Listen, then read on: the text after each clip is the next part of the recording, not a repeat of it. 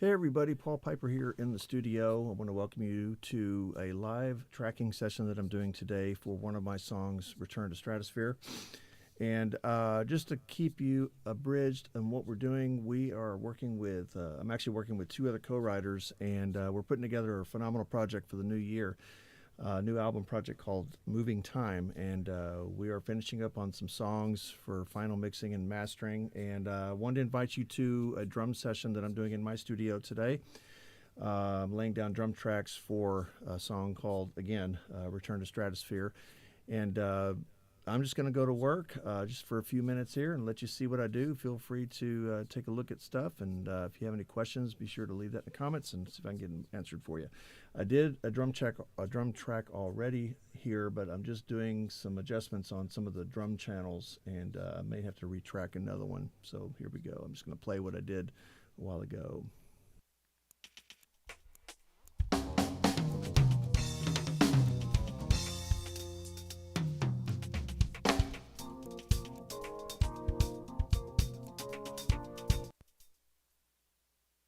Okay, so what I'm going to do is I'm going to go ahead and retrack another one. I did have a technical glitch earlier, so I'm going to go ahead and get over to the drums. We have all the channels ready to go here, as you can see. So here we go, and we're not going to be long. I just wanted to just kind of invite you to take a sneak peek while I'm working today, and let you see what we're doing. And this is for a session of drum tracking for Return to Stratosphere. Here we go.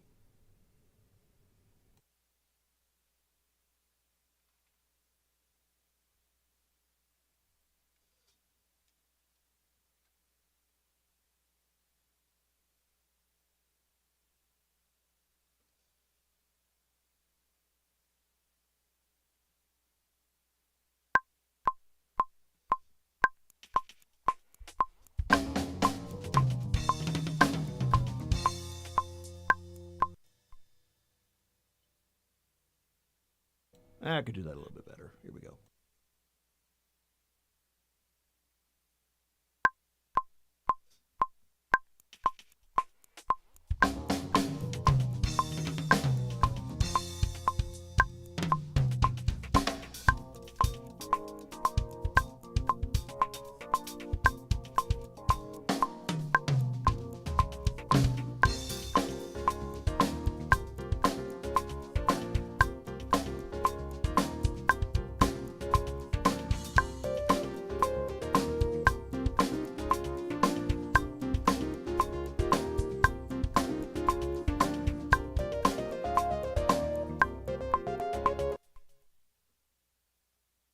One thing about doing your own drum tracking sessions is you got to make sure that one of the channels is working. So hold on one second here.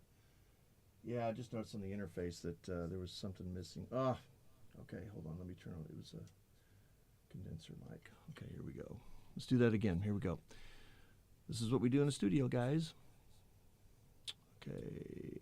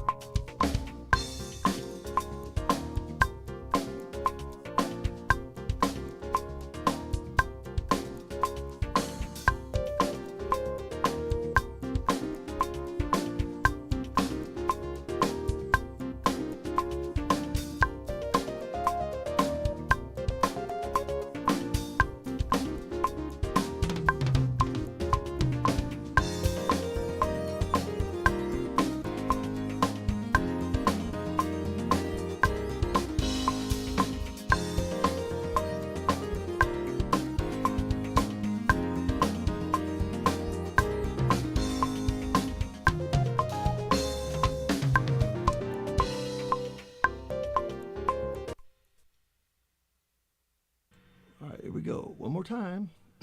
Or again.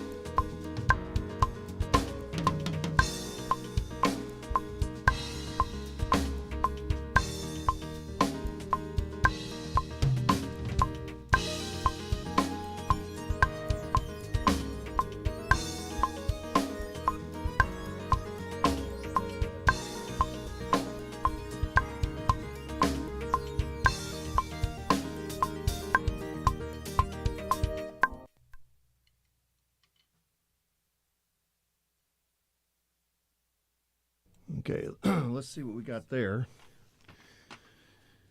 Yeah, let me move over here. I'm going to hear the playback real quick.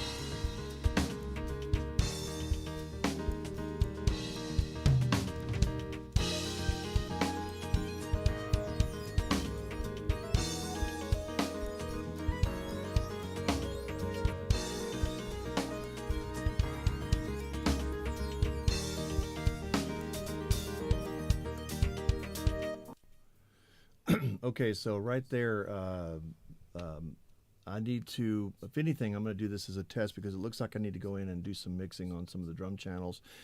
I don't know if y'all can hear it, but there is some overdriving going on. And I was checking one of the condenser mics. I don't know if I have the overheads up too hot or not, but as you can see on the faders here, I have them pretty low for recording. But if you look at the interface, which you can't see, I do have the levels probably about 12 o'clock on most of them, depending on the intensity that I play on the kit. What I don't want to do is I don't want to hit any red peaks on the interfaces as I play. So I am keeping an eye out on some of those. And some of the rest of the tunes, a lot of good stuff here. So I'll just give you a sneak peek of what's coming up here. Right now, the part that I stopped on is where the drum solo is going to go. Kind of a, I don't want to say montuno, but it's where we're going to put the drum solo. And then it goes into a pretty hefty lead that I did on the synth. I went ahead and kept it in there because I thought it was pretty cool. So I loved it, and we'll see. I might double it with a guitar lead. Either David or James is going to come in and do that. But this is the part where I did stop the drum tracks. And this is where the drum solo is.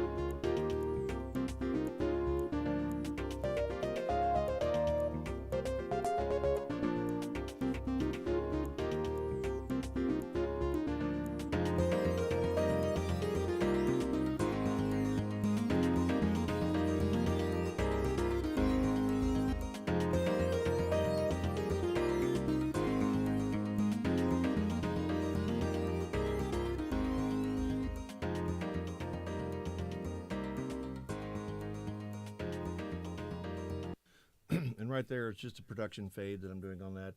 So what I will do, I haven't decided if I'm going to keep that drum track or not, but if anything, I'm going to use it to do some mixing on the drums to see if I can get some less overdriving and some more EQ on some of the things and kind of give it some more warmth. I am sending a lot of stuff over to bus channels, so it doesn't take too much of the CPU on the computer. It's a little trick that James McIntyre showed me. And also how to add a sub kick. And what I do with the sub kick situation is I'll send the kick channel over to a bus, and then I'll rename it sub kick. And then what James taught me to do is to pull up the test oscillator as well as the gate.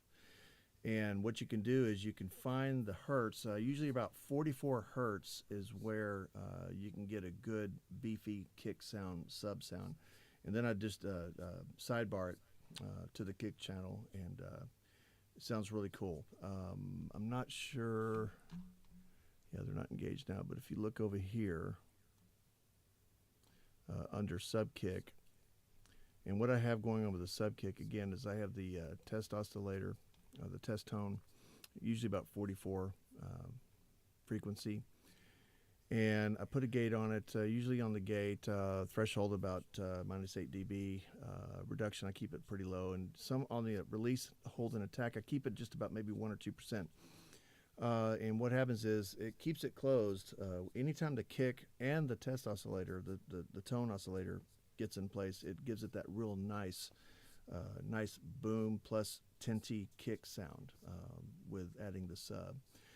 But anyway, I'm still working on this, and I just want to invite you on just for this little time that I did, just to see what we're doing. And we're going to be putting about probably about 10 or 11 songs on the project, including this one. We'll probably add more drum tracks to it in the next few days. I've got to rush out to go run some errands. But anyway, thank you guys for staying with me on this little broadcast that I'm doing. And also keep in mind, we're going to have some more podcasts coming up. I had to fix a few things, but we're going to get that back into play as well. But again, thank you for joining me. And if you have any questions about anything, feel free to head over to the website. And I can't remember if I had it on here. Yeah, but anyway. prpproduction.com, and if you have any questions, I do drum tracks for different clients. We just finished up some three songs for some stuff with some clients that work with Michael Martin Murphey, as well as some other writers that I'm sending some drum tracks